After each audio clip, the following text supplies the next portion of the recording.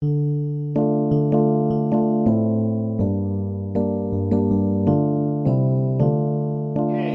we'll start with an opening prayer. Thank you, Lord, for giving us these very important words and helping us to learn how to make a better world for ourselves and how our thinking affects our bodies and how this affects everything that we are perceiving. And may we learn all this information and apply it well, harm-free. In the name of Jesus, amen. Amen. I am very excited about tonight. This is the continuation of the nature of personal reality. We are finishing up the very last part of chapter 16. We are going to start on the session, or the middle of the session 660, and we're on page 323 up on the third paragraph, the one that starts after the pause. It says, "Let us take another example." And I'm just going to tell you up front, the information tonight is literally worth billions of dollars, okay? So some of you viewers will be smart to apply it directly to yourselves and help those around you, and others will be even more innovative and be able to market this information, and that's fine. People sometimes need that in order to motivate themselves, and you'll see what I'm going to talk about here. It says, "Let us take another example, a very simple one. You are overweight. It is a physical fact. It grieves you, but you believe it completely. You begin a round of diets all based on the idea that you are overweight because you eat too much. Instead, you eat too much because you believe that you're overweight. The physical picture always fits because your belief in being overweight conditions your body to behave in just such a manner. In the oddest fashion, then, your diet simply reinforces the condition. Since you diet because you believe so deeply in your overweight condition. Until you change your belief, you will continue to utilize your food in the same fashion and to overeat. Momentary gains will not last. Your entire behavior pattern operates according to the strong hypnotic suggestions given, and then, of course, your appearance and experience always reinforce your belief. You must, therefore, willingly suspend that belief. Using the exercises given in this chapter, you must make a conscious effort to insert a different belief. Employ natural hypnosis in this new way. If you realize your own worth after reading this book, then that realization in the present can negate any past ideas of unworthiness that you may have attracted you to the condition. I'll read that again.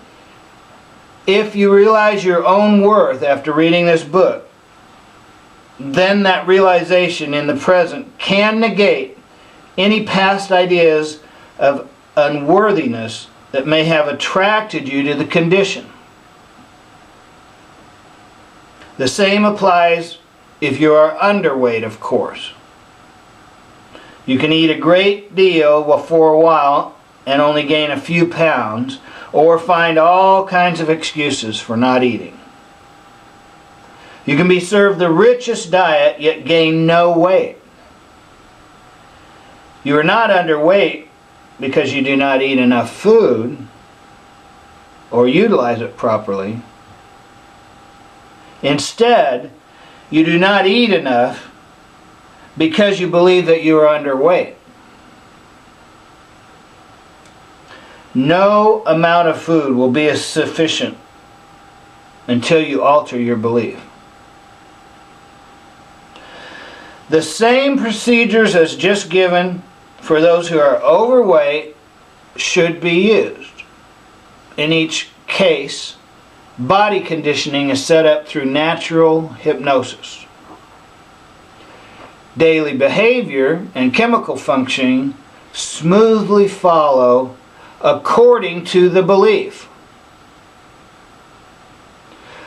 Ideas of worth are involved here also, and the point of power as mentioned earlier.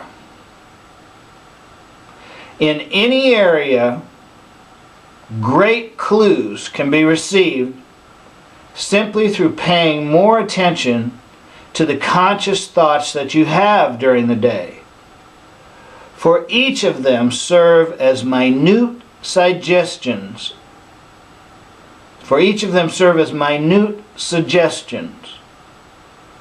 Modifying your behavioral patterns and affecting bodily mechanisms. And we're going to end here at the end of chapter 16. Of course, now hopefully you realize why this information is so valuable. You can change. You can change yourself. You can change your physical body. You can change your behavior, your habits, if you change your beliefs. Therefore, the information I have just given you supplants the entire diet industry that's in the United States and worldwide, which is nets billions of dollars every year. In other words, the way for this to really work is by using natural hypnosis on yourself so that you change your belief. And so if you are overweight, you change your belief so that you believe that you will become the ideal weight that you envision. You understand there's 3 exercises that we've talked about. One of them you do for a few minutes where you realize that your point of power is right now in the present moment. This is where you make the difference. The second one during the day is where you find a statement that you repeat to yourself that indicates what it is you desire. In this case, it would be your ideal weight. The third one is when you use a 5-minute hypnosis session where you modify and you suspend what you believe right at the moment, and you insert your imagination and your hypnotic belief and imagine to the fullest extent possible your ideal weight, and feel what that would be like.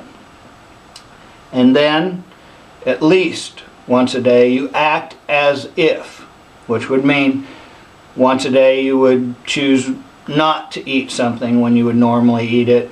You would eat less portions. You would change what you eat, buy different size clothes, whatever it is that moves you towards your ideal weight. That's just the way that you would do it to move from overweight to your ideal weight.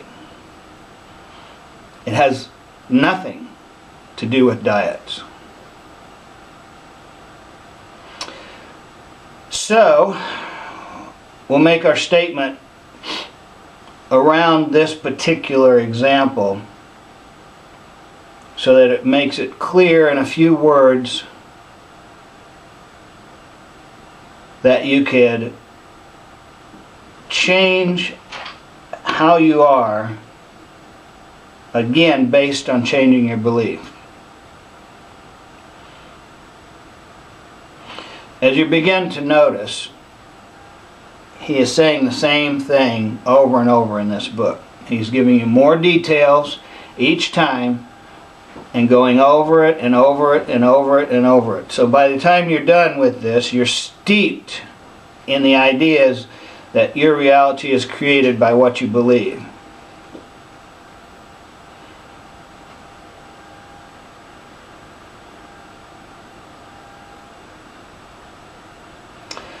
So let's assume in this case that the statement is going to be about one desiring an ideal weight, because that could work for both underweight or overweight. So what we'll say is my ideal weight, I believe I am able to be my ideal weight. Well, I believe I am my ideal weight. That's fine, except that flies in the face of the way that most people are. You see, that's the problem. Because you want to have it as if it is now. You don't want to have it, I believe in something in the future, because it's not, if you believe in something in the future, it's not bringing it to now. I understand. I'm picking this on purpose, and I'll explain why. You only insert that belief for that 5-minute period, the one that you said. The other one convinces you that you're able to do it. Because you have to believe you can do this before you can do it. Yeah. And this builds up to the point where you won't even believe you can do it unless you have enough confidence to do it. And you won't have enough confidence to do it unless you believe in your own self-worth. And I will tell you a little secret. The way that you increase your self-worth is you make small agreements with yourself and you keep them, no matter how small they are. And then you make another one and another one. And the more agreements that you make with yourself and keep them, the more you believe in yourself and your own self-worth. And that builds up your confidence. So, again, help me out. The statement I was saying was, I believe that I am able to be my ideal weight. Okay. Does that sound, that's what I said though, right? Yeah. Alright, and that will be the step. This is going to require people really doing it. So, I believe I can be my ideal weight. And this is one of the steps towards actually being it.